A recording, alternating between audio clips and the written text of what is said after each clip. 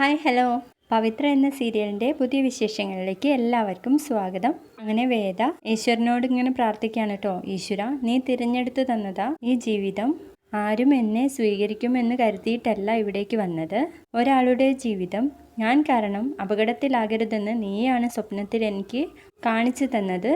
നീ കഴുത്തിലിട്ട് തന്ന ഈ താലി 7 ജന്മങ്ങളിലേക്കുള്ളതാണെന്ന് എനിക്കറിയാം. ഒരു പക്ഷേ 7 ജന്മവും വിധിച്ചിട്ടുള്ളത് എങ്ങനെയുള്ള ജീവിതമായിരിക്കോ? ചില നേരത്ത് എൻ്റെ മനസ്സ് പിടിവിട്ടു പോകുന്നു എന്ന് പറഞ്ഞ വേദ കരയാണേ. ഇത്രയും കാലം എനിക്ക് എല്ലാവരും ഉണ്ടായിരുന്നു, ഇപ്പോൾ എനിക്ക് ആരും ഇല്ലാതായി. ഒരൊറ്റ ദിവസം കൊണ്ട് ജീവിതത്തിൻ്റെ മറ്റേ അറ്റം നീ എനിക്ക് കാണിച്ചു തന്നു. എൻ്റെ വിധി ഇതാണെങ്കിൽ ഞാൻ അനുസരിച്ചോളാം, പക്ഷേ എനിക്കിനി നീ മാത്രമേ ഉള്ളൂ എന്ന് പറഞ്ഞ് കരയാണേ. അപ്പം നമ്മുടെ വിക്രമാണെങ്കിൽ ഉറങ്ങാതിരിക്കുകയാണേ. ചേടാ, ഈ മരണത്തെ ഒഴിവാക്കാനാവുന്നില്ലല്ലോ. അബദ്ധം പറ്റിപ്പോയി, അത് തീർക്കാനല്ലേ അവളെ വീട്ടിൽ കൊണ്ടുപോയി വിടാമെന്ന് വെച്ചത്. എന്നിട്ടിപ്പോൾ ആലോചിച്ചിട്ട് ഒരു എത്തും പിടിയും കിട്ടുന്നില്ലല്ലോ എന്ന് പറഞ്ഞുകൊണ്ടിരിക്കുമ്പോൾ ശ്രീജയും കൊച്ചേട്ടനും കൂടി അങ്ങോട്ടേക്ക് വരികയാണേ.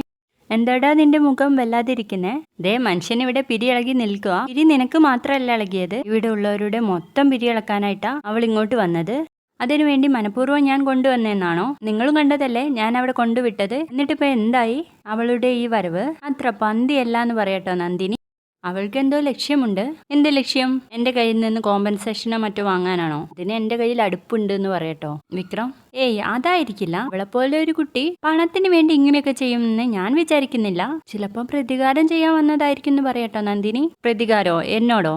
നല്ല കാര്യമായി. ഞാൻ എന്താണെന്നും എന്റെ ബാക്ക്ഗ്രൗണ്ട് എന്താണെന്നും അവൾക്ക് നന്നായിട്ട് അറിയാം. നീ കേട്ടിട്ടില്ലേ, പെണ്ണൊരുമ്പിട്ടാൽ ഏത് കൊമ്പത്തിരുന്ന ചെക്കനാണെങ്കിലും പക വീട്ടിയിരിക്കും എന്ന് പറയുന്നത്?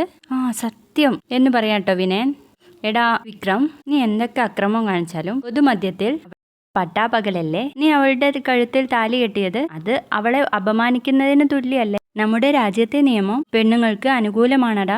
അത് വെച്ച് നിന്നെ പൂട്ടാനായിരിക്കും അവളുടെ വരവ് എന്ന് പറയുമ്പോൾ അപ്പോൾ വിക്രമിന് ദേഷ്യം പിടിച്ച് അവിടെ കാണുന്ന ചെയർ അങ്ങ് തട്ടിയിടുക കേട്ടോ. അപ്പോൾ തന്നെ നന്ദിനിയും വിനയനും കൂടി, അതെ വിക്രം, നീ സ്വസ്ഥമായിട്ട് ആലോചിക്ക്, ഞങ്ങൾ പോയിട്ട് പിന്നെ വരാം എന്ന് പറഞ്ഞങ്ങ് പോവുകയാണേ. അതിനുശേഷം വേദയ്ക്കാണെങ്കിൽ കൊതു അടിച്ചിട്ട് ഉറങ്ങാനേ പറ്റുന്നില്ല കേട്ടോ. ആ സമയത്ത് ശ്രീജ എണീക്കുന്നുണ്ട്. അപ്പോൾ ശ്രീജ ഇത് കാണുമ്പോൾ കൊതുക് തിരി എടുക്കാനായിട്ട് പോകുന്നുണ്ട് കേട്ടോ. വിക്രമിന് കൊതു അടിച്ചിട്ട് വീണ്ടും ഉറങ്ങാൻ പറ്റുന്നില്ലേ.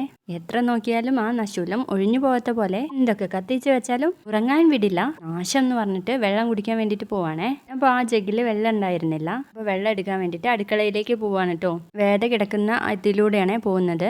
ഹയ്യടാ, ബാക്കിയുള്ളവരുടെ ഉറക്കം കളഞ്ഞിട്ട് കിടന്നുറങ്ങുന്നത് കണ്ടില്ലേ. വീട്ടുകാർ വിളിച്ച് അകത്ത് കയറ്റിയാലും കൊതുക് എന്തായാലും അതിന്റെ പണി എടുക്കുന്നുണ്ട്. അതിനോട് നന്ദി പറയണം എന്ന് പറയുമ്പോഴേക്കും വേദ എണീക്കാണ് കേട്ടോ. യോ, എഴുന്നേൽക്കണ്ട, മര്യാദയൊക്കെ മനസ്സിലുണ്ടായാൽ മതി. വെള്ളം വേണോ? അതിന് നീ വെള്ളം കുടിക്കാറല്ലല്ലോ പതിവ്, മറ്റുള്ളവരെ കുടിപ്പിക്കാറല്ലേ. എങ്ങനെയുണ്ട് ഇവിടുത്തെ കിടത്തം? നല്ല സുഖാണല്ലേ? ഓടിട്ട വീട്, നിലത്ത് നല്ല തണുപ്പായിരിക്കും. കൊതുകുകളുടെ പാട്ട്, പല്ലിമൂത്രം ഒക്കെ ആയിട്ട് നല്ല ജോറായിരിക്കല്ലേ. നീ അങ്ങോട്ട് അടിച്ചു പൊളിക്ക്. ഇപ്പോഴും സമയം കഴിഞ്ഞിട്ടില്ല. നീ നിന്റെ വീട്ടിലേക്ക് പോ. ദൈവം നിനക്ക് ബുദ്ധി തന്നില്ല, പക്ഷെ നല്ല സുഖസൗകര്യമുള്ള ലക്ഷറിയോട് കൂടി ജീവിക്കാനുള്ള ഭാഗ്യം തന്നില്ലേ. അതെന്തിനാ ഒഴിവാക്കുന്നത്? 10 മിനിറ്റിന്റെ ആവശ്യമുള്ളൂ, ഞാൻ നിന്നെ അവിടേക്ക് കൊണ്ടുപോവാ എന്ന് പറയുമ്പോഴേക്കും വേദ വിക്രമിന്റെ മുഖത്ത് നോക്കിയിട്ട് കൊതുകിനെ അടിക്കാണ് കേട്ടോ. വിക്രമിന് മുഖത്ത് അടി കിട്ടി എന്ന് വിചാരിക്കും. കൊതുക് ഇഡിയറ്റ്, എന്റെ കയ്യിൽ നിന്ന് ഇരുന്ന് വാങ്ങാൻ വരും. ഇരുന്ന് വാങ്ങാനല്ലടി, നിന്നെ അടിച്ച് പുറത്താക്കാനാ പോകുന്നത് എന്ന് ഉപദേശിച്ചു വിടാമെന്ന് വെച്ചപ്പോ അവൾ എന്റെ ചോര കുടിച്ചേ അടങ്ങുമെന്ന്.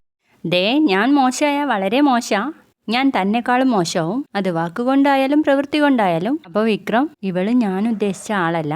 വാ പൊത്തി, മിണ്ടാതെ എണീറ്റ് പോവാൻ നോക്ക് എന്ന് പറയട്ടോ വേദ. അപ്പൊ ശ്രീജ പറയുന്നുണ്ട്, എടാ പതുക്കെ, അച്ഛൻ എഴുന്നേൽക്കുമെന്ന്. വീഡിയോ ഇഷ്ടപ്പെട്ടാ ഒന്ന് ലൈക്ക് ചെയ്തേക്കാം.